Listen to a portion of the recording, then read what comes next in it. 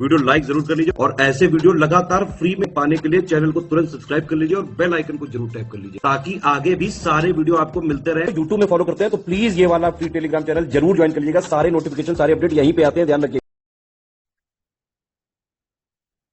Hello everyone, welcome you all to study for civil services. आज अपनी date 25 हो गई है और देखते ही देखते इस महीने के भी सिर्फ 5 ही दिन बचे हैं और ये महीना भी फिर ओवर हो जाएगा। आई होप आप लोग अपनी पढ़ाई वगैरह जारी किए बैठे हो, कर रहे होगे, राइट। चलिए बस आगे स्टार्ट करते हैं अगले आर्टिकल को। साथ ही साथ ये वाला हमारा टेलीग्राम चैनल है, इसको आप ज्वाइन करो, ग्रुप ज्वाइन करो। ये रहा टेलीग्राम, इसको भी कर सकते हो। और ये है हमारे 5 इंपॉर्टेंट आर्टिकल, जिसमें सबसे पहला है Mahavir Jayanti, Goa, disaster relief, pulse और हाइड्रोकार्बन। 5 है और पांचों के पांचों प्रीलिम्स के लिए ज्यादा जरूरी रहेंगे। ठीक है, तो देख लेते हैं।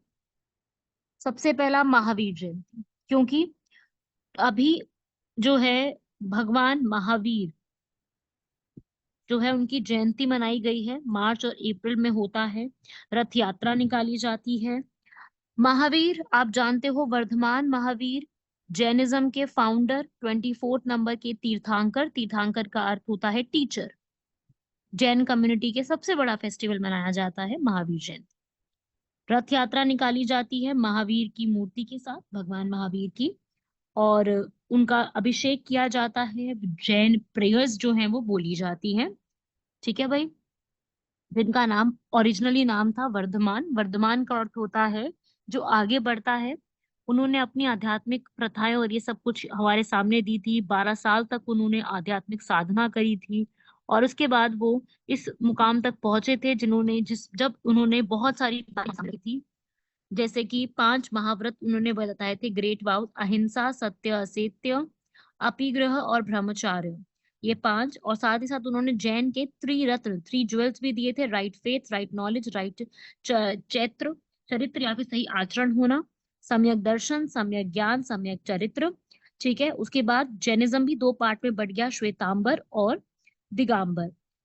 भद्रबाहु की लीडरशिप में ये चीज होती है। तो जैनिज्म के बारे में है ये चीज, क्योंकि महावीर जयंती है। सो जैनिज्म रिलीजन के फाउंडर ही महावीर, वर्धमान महावीर हैं। इसलिए हम लोग जैनिज्म के बारे में ये फैक्ट्स को कवर अप कर रहे हैं। ठीक है, तो आप ये सब चीजें अच्छे से पढ़ो। जैन धर्म, ऋषभ देव फर्स्ट तीर्थंकर थे और 23rd पार्श्वनाथ। उसके बाद 24 तीर्थंकर महावीर आए थे, जो कि करीब करीब अराउंड 600 BCE के समय में आए थे।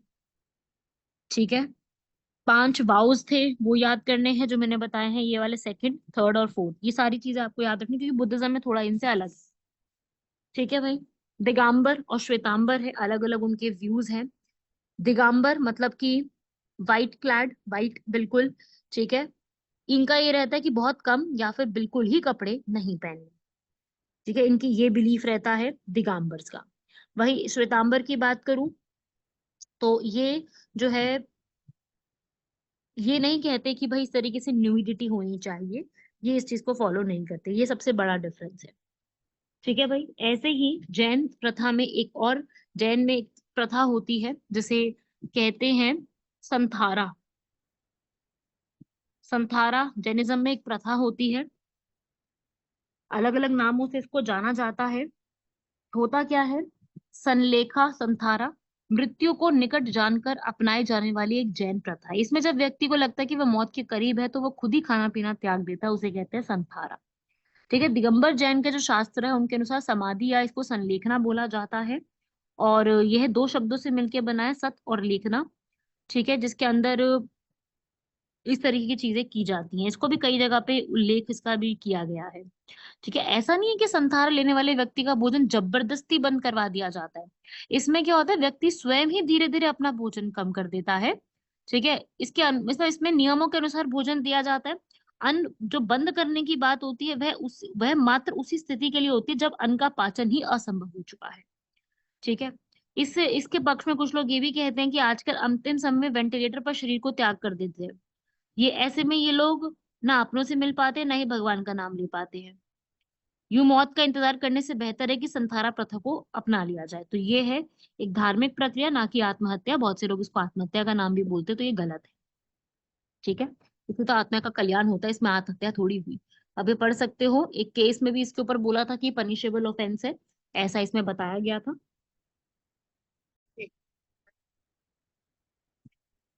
सो इस वाले में नेक्स्ट जो है हमारे पास, वो यही है कि इसमें जो है निखिल सोनी और एक केस आया था जिसमें इनको ऑफिस जो है बोल दिया गया था कि ये गलत प्रथा है, इसको यहाँ पे रोकने की जरूरत है। ठीक है भाई, निर्वाण महोत्सव कहा जाता है, आपको ये पता होना चाहिए। और मैं आपको एक और चीज बता दूं इसमें, कि जैनिज्म में जो है, जैनिज्म में उनकी डेथ के बाद जो है जैनिज्म के प्रिंसिपल्स टीचिंग को काफी ज्यादा लोगों तक पहुंचाया गया, लोगों तक उनके बारे में काफी सारी चीजें बताई गई। उन्होंने ये बोला कि भाई सिंपल लैंग्वेज का यूज करेंगे लोगों तक अपनी बात पहुंचाने के लिए। पहले है ऋषभ देव, याद रखिएगा, तीर्थंकर आदिनाथ इनको कहा जाता है। सेकंड है अजीत, अजीत के नाम से। फर्स्ट और सेकंड आपको जरूर पता होना चाहिए। और 22 है नेमिनाथ, नेमिनाथ जो है।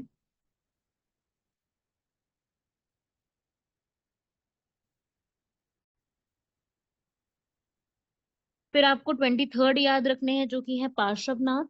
और 24 महावीर, राइट, जिनका जन्म वैशाली बिहार में हुआ था, कुंडग्राम एरिया में। और इनके फादर का नाम सिद्धार्थ था, मदर का नाम त्रिशाला था, इनकी वाइफ का नाम यशोदा था।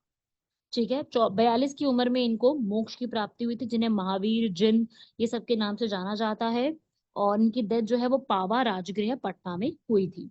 ठीक है, जैन काउंसिल्स की बात करूं तो केवल दो ही आज तक जैन काउंसिल हुए। जैसे बुद्धिस्ट काउंसिल तो चार थी, पर ये जैन काउंसिल दो ही है। एक 300 बीसी में हुई थी, और एक 512 एडी में हुई थी।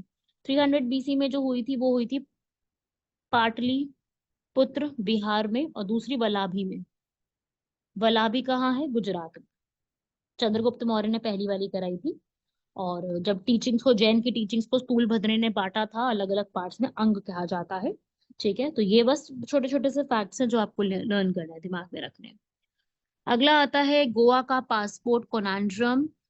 10 100 मतलब ऐसा बोला है कि पुर्तगाली राष्ट्रीयता हासिल करने वाले 100 से अधिक गोवा वासियों के पासपोर्ट पणजी में क्षेत्रीय पासपोर्ट द्वारा रद्द कर दिए गए हैं। ये हमारे एक्सटर्नल अफेयर्स मिनिस्टर ने लिया। उन्होंने ये बोला है कि भाई जो इन व्यक्तियों को, ये बोला, जो 100 व्यक्तियों में पुर्तगाली नागरिकता प्राप्त करने के बाद अपने भारतीय पासपोर्ट जमा करने का प्रयास करने पर महत्वपूर्ण जानकारी को छिपाने का आरोप उनके ऊपर लगाया गया है।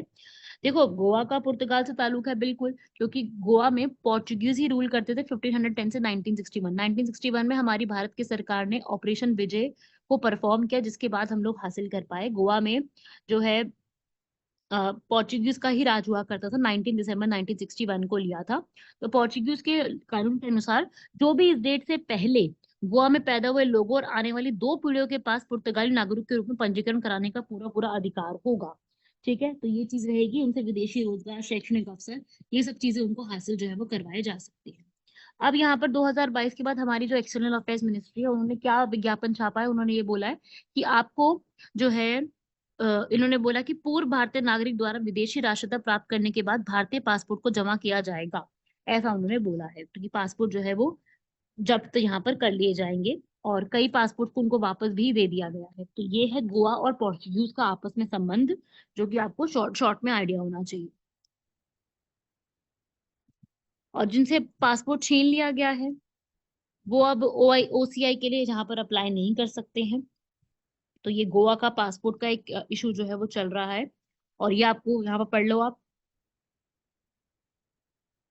गोवा जो है वो 1510 से 1961 तक पोर्चुगीज के अंडर थी। अल्फोंसो डो एल्बर्क्यू ने उनको हासिल किया था। फिर गोवा की पूरे एशिया की कैपिटल बन गई थी, पोर्चुगीज की कैपिटल गोवा बन गई थी। उसके बाद फिर गोवा तो छोड़ के गए नहीं थे, सबसे पहले आए भी पोर्चुगीज थे, और सबसे लास्ट में भी वही गए हैं। गोवा को पोर्चुगीज से 19 दिसंबर 1961 के में जो है वो हासिल किया गया है। ठीक है, ऐसा ही एक OCI है जो भी बताया था मैंने, ओवरसीज सिटीजन, भारत का विदेशी नागरिकता, जो कि इसमें लाया गया था। हमारी होम अफेयर्स मिनिस्ट्री यहाँ पर क्या कहती है? होम अफेयर मिनिस्ट्री, जो हमारा गृह मंत्रालय, वो ये कहता है कि जो भी सिटीजन 26 जनवरी 1950 को हमारा सिटीजन था, या फिर वो आगे चल के 26 जनवरी 1950 तक बन रहा था सिटीजन, तो उस भी सिटीजन का कोई भी ग्रैंड चाइल्ड जो है वो यहाँ पर नागरिक बनने के योग्य होगा। तो ये इसमें ओसीआई कार्ड में भी ये चीज बोली गई थी। ओसीआई कार्ड जो है वो बहुत जरूरी है भारत के बाकी देशों के साथ संबंध अच्छे बनाए रखने के लिए, सही बनाए रखने के लिए ओसीआई कार्ड का होना बेहद जरूरी है।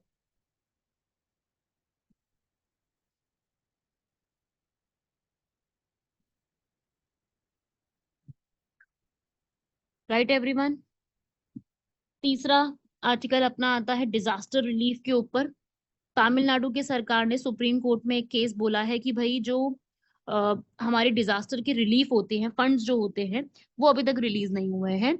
जैसे तमिलनाडु में साइक्लोन मीचुआंग आया था, रिलीज नहीं हुए फंड। तो कर्नाटका की गवर्नमेंट भी अप्रोच कर चुकी है कि भाई ड्रॉट आया था तब भी उसके फंड्स रिलीज नहीं हुए। देखो, जब भी आपदा आती है तो जो भी स्टेट होती है उसके पास दो प्रकार से फंड आते हैं। एक तो अपने खुद के स्टेट के होते हैं, एक होता है नेशनल वाला, एनडीआरएफ 2005 में आया था। एक ऐप के तहत इस पूरे फंड को बनाया गया था ताकि भारत में आपदा प्रबंधन आसान हो जाए। डिजास्टर मैनेजमेंट एक्ट 2005 के तहत आया था, जब बहुत जबरदस्त सुनामी आई थी 2004 में। उसके बाद इसको लाया गया। तो अब इस डिजास्टर फंड के ऊपर इल्जाम है कि ये जितना भी फंड रिक्वायर्ड जगह पे चाहिए, ये वहां पर अभी तक भी फंड दे ही नहीं पा रहे हैं। तो वो जो फंडिंग की सिस्टम है ये प्रॉपरली दे नहीं पा रहे हैं, इसलिए ये टॉपिक न्यूज में है। तो 2022 के अनुसार जो गाइडलाइंस आई थी एनडीआरएफ पे, उनको 54,770, करीब 55,000 करोड़ रुपए का जो है फंड यहाँ पे मिला है, जो कि एसडीआरएफ को देने के योग्य है। लेकिन फिर भी ये चीज नहीं दी गई है, तो यही मेन प्रॉब्लम जो है वो चल रही है। ठीक है, तो स्टेट डिजास्टर रिलीफ फंड भी है, वो भी इसी एक्ट के तहत बना था, जो कि स्टेट यहाँ पे अपने हिसाब से देखेगी। और उस एसडीआरएफ में सिर्फ स्टेट ही नहीं पैसा देखेगी, उसमें सेंटर भी 75% पैसा देगी, और अगर बाकी स्टेट्स के लिए। पर अगर जितनी भी हमारी 8 यूटीज और स्पेशल कैटेगरी के जो स्टेट्स आते हैं उसमें 90% सेंटर का ही पैसा जाएगा। ठीक है, तो इस तरीके से है ये NDRF, national disaster relief fund, आपको पता होना चाहिए। काफी, मैं ये नहीं कह रही काम नहीं करते, काफी लाइफ बचाई है इन्होंने। दिल्ली के अंत्योदय भवन में इसके हेडक्वार्टर्स है, आपदा सेवा सदैव करके इनका मोटो है। 13,000 लोग यहाँ पे काम करें, इनका अच्छा खासा बजट है, और ये होम अफेयर्स मिनिस्ट्री के अंडर पूरी तरीके से संभालते हैं। और इन्हीं के अंडर कर्नाटका, महाराष्ट्र, तेलंगाना, आंध्र प्रदेश, सबकी जो है स्टेट वाली फंड जो है वो पूरी आती है। ये पूरा सेंट्रल गवर्नमेंट की सबसे बड़ी मिनिस्टर जो कि नेचुरल डिजास्टर से करती है। ठीक है, यही डिसाइड करते हैं कि भाई कहाँ पे सेंट्रल पैरामिलिट्री फोर्सेस के लोगों को भेजा जाएगा, आर्म फोर्सेस के लोगों को भेजा जाएगा कभी भी आपदा आ जाती है। ये सारी चीजें देखते हैं। इसके अंदर डीजी होते हैं, डायरेक्टर जनरल, 3 स्टार ऑफिसर होते हैं, आईपीएस ऑफिसर होते हैं इसके अंदर, और काफी सारे लोगों को यहाँ पर बनाया गया है। अलग अलग लोगों को बुलाया जाता है, BSF, ITBP, SSB, Assam rifles, काफी सारे लोगों को, इलेक्ट्रिशियन, टेक्नीशियन, डॉग्स के स्क्वाड, बॉम्ब वाले स्क्वाड, पैरामेडिकल, सबको, ताकि कभी भी जरूरत पड़ने पर इनको वहां पे भेजा जा सके। डायरेक्ट डायरेक्ट ये डिजास्टर के अगेंस्ट रिस्पॉन्स करती है। जैसे कि बहुत बार फ्लड्स आए, बिल्डिंग गिर गई है, फ्लड्स में तो बहुत हेल्प किया है, गुजरात में, असम में, बिहार में, उड़ीसा में साइक्लोन्स आए हैं तब इन्होंने खूब मदद करी है। अगर मैं हाल फिलहाल की बिल्कुल बात करूं तो इन्होंने साइक्लोन्स और फ्लड्स में खूब हेल्प करी है। 2023 में भी जो है अर्थक्वेक जब हिमाचल प्रदेश में आया था तब ये वहां पहुंचे थे, उड़ीसा का साइक्लोन में पहुंचे थे, फ्लड्स को रुकाने के लिए पहुंचे थे। तो काफी सारी चीजों में इन्होंने काफी सारी मदद भी करी है। ठीक है भाई, चलिए अगला आर्टिकल है पल्सेस के ऊपर। भारत के पल्सेस के इंपोर्ट में इंक्रीज हो गया 84% का। आयात में, निर्यात में नहीं, एक्सपोर्ट में नहीं हुआ। क्योंकि यहाँ पर जो लाल जो होती है, लाल मसूर और पीली मटर की जो दाल होती है, उनके ऊपर यहाँ पे सरकार ने आयात शुल्क माफ करने का सरकार का निर्णय था, जिसकी वजह से कम उत्पादन इसका हुआ है। ठीक है, आपको पता है कि भारत के अंदर दालों का क्या सीन चलता है। हम दालों के सबसे बड़े कंज्यूमर भी हैं और प्रोड्यूसर भी हैं। हम उगाते भी बहुत ज्यादा है और कंज्यूम भी बहुत करते हैं। आपको पता, सबके घरों में रात को दाल ही बनती है, हर जगह पे दाल दाल दाल रहता है ना। तो घर में मम्मियां भी खूब हमको दाल खिलाती है। तो उस प्रकार से पल्सेस जो है वो 20% अपने इंडिया के फूड ग्रेन्स में, 7 से 10% हमारी प्रोडक्शन में है। टॉप करती है मध्य प्रदेश, महाराष्ट्र, राजस्थान, यूपी, कर्नाटका इसकी प्रोडक्शन में। हम लोग 25% इसको प्रोड्यूस भी करते हैं पूरे वर्ल्ड में, 27% कंज्यूम भी करते हैं। और अपनी जो प्रोडक्शन है ना, वो अपने को पूरी नहीं पड़ती, हमको इसलिए इम्पोर्ट तक कराना पड़ जाता है, बाहर सबसे मंगाना पड़ जाता है 14%। तो इतना जबरदस्त हमारा पल्सेस का मार्केट है भारत का, तो आपको पता है ये चीज तो। ठीक है, अपन ने 4.65 मिलियन मैट्रिक्स मंगवा चुके हैं इस 2023-24 में। ठीक है, हाईएस्ट इंपोर्ट रहा है पल्सेस का 93% हम लोग कनाडा से सबसे ज्यादा मंगवाते हैं, ड्यूटी फ्री में भी मंगवाते हैं। Canada, Myanmar, Australia, Mozambique, Tanzania, in country से पल्सेस को हम इंपोर्ट कराते हैं अपनी डोमेस्टिक रिक्वायरमेंट को पूरा करने के लिए। तो इंडिया ने ऐसा नहीं कि पल्सेस के ऊपर कभी ध्यान नहीं दिया। हमारी सारी स्टेट्स में पल्सेस उगाई जाती है ऑलमोस्ट, उसमें भी हमने यहाँ पर फूड सिक्योरिटी मिशन चलाया, फार्मर्स को भी हेल्प करी। पल्सेस को कैसे बेटर कर सकते हैं, इससे Indian council of agriculture research ने भी इसमें हेल्प करा है। तो हम लोग ये चीजें हो रही है। लेकिन अब यहाँ पर हम लोग क्यों ऐसा हो रहा है कि पल्सेस की इंपोर्ट बढ़ते जा रहे हैं, आयात बढ़ रहा है? क्योंकि पैटर्न जो है ना थोड़ा सा शेप शिफ्ट हो रहा है। पल्सेस में प्रॉफिट भी जो फार्मर्स उनको कम आ रहा है, रेनफॉल के पैटर्न्स बिगड़ रहे हैं, ड्रॉट के पैटर्न्स हो रहा है, टेक्नोलॉजी उतनी नहीं बढ़ती जा रही, लोग जो है वो कैश क्रॉप्स की तरफ बढ़ते जा रहे हैं, थोड़ा सा उसमें डिजीजेस के भी नुकसान जैसी चीजें रहती है। ठीक है। तो इस तरीके की चीजों की वजह से पल्सेस का जो है आज के टाइम पे हम लोगों का इंपोर्ट ज्यादा है, डोमेस्टिक रिक्वायरमेंट पूरी ही नहीं हो पा रही है। तो सरकार को एमएसपी बढ़ाना पड़ेगा, उनकी सीड्स फर्टिलाइजर्स पे हेल्प करनी पड़ेगी, पल्सेस को और बेनिफिट्स के साथ जोड़ना पड़ेगा। ड्रॉट, हाई यील्डिंग पल्सेस, ऐसी चीजों को ध्यान में रखकर ये फार्मर्स का पल्सेस की तरफ विश्वास जो है वो ज्यादा जगाने की जरूरत है। आप ये रीड कर सकते हो। ऐसी स्ट्रैटेजीज को प्रमोट करना पड़ेगा।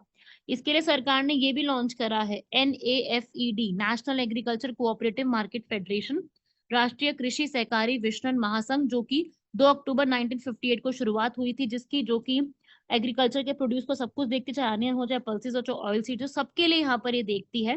तो ये जैसी चीज वो है वो सरकार को और इसमें ध्यान देने की जरूरत है। और पल्सेस जो हमारी इंपोर्ट बढ़ता ही जा रहा है साल बाय साल, आगे और भी इंक्रीज होगा।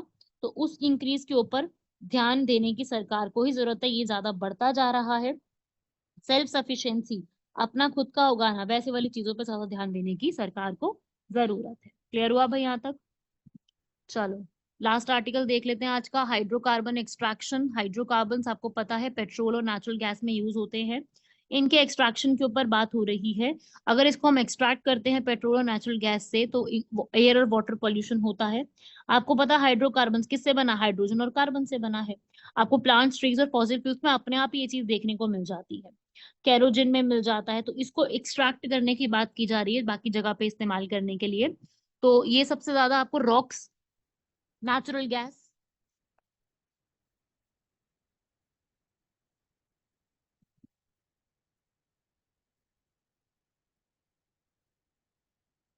क्रूड ऑयल और पेट्रोल में सबसे ज्यादा देखने को मिलेगा। तो इसी को असेस करना, इसकी प्रोडक्शन देखना, कैसे इसको इस्तेमाल किया जाएगा, इसका एक कैसे स्टील कास्ट की जाएगी, उसके लिए ये पूरा स्टेप हाइड्रोकार्बन का जो है वो देखा जा रहा है। ठीक है।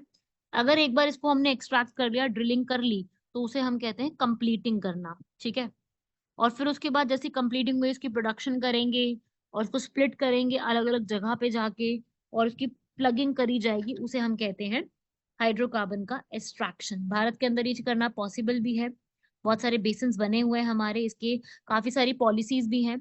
Hydrocarbon exploration policy, domestic oil और गैस की प्रोडक्शन को इंक्रीज करना, टैक्सेस के रूल को सिंपल कर देना। तो ये था हमारा हाइड्रोकार्बन का आर्टिकल। आज के लास्ट हम लोगों के क्वेश्चंस देखते हैं। First question is about the Ayushman Bharat health accounts. First question है, तो आज का क्वेश्चन है आभा पे। आभा की फुल फॉर्म है Ayushman Bharat health accounts.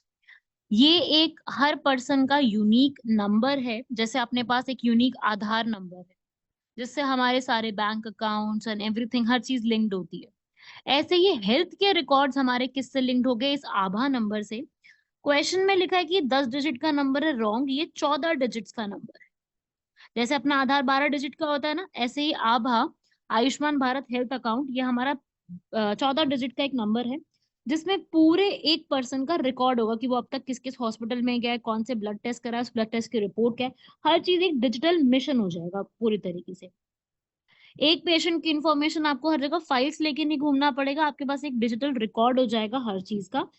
Accessibility, transparency, portability बढ़ जाएगी। तो ये है पेशेंट की इंफॉर्मेशन के लिए। तो फर्स्ट स्टेटमेंट तो गलत लिखी है, सेकंड स्टेटमेंट और थर्ड स्टेटमेंट बिल्कुल सही लिखी हुई है। आप यहाँ रीड कर सकते हो। फर्स्ट इज रॉन्ग क्योंकि 14 डिजिट का नंबर है।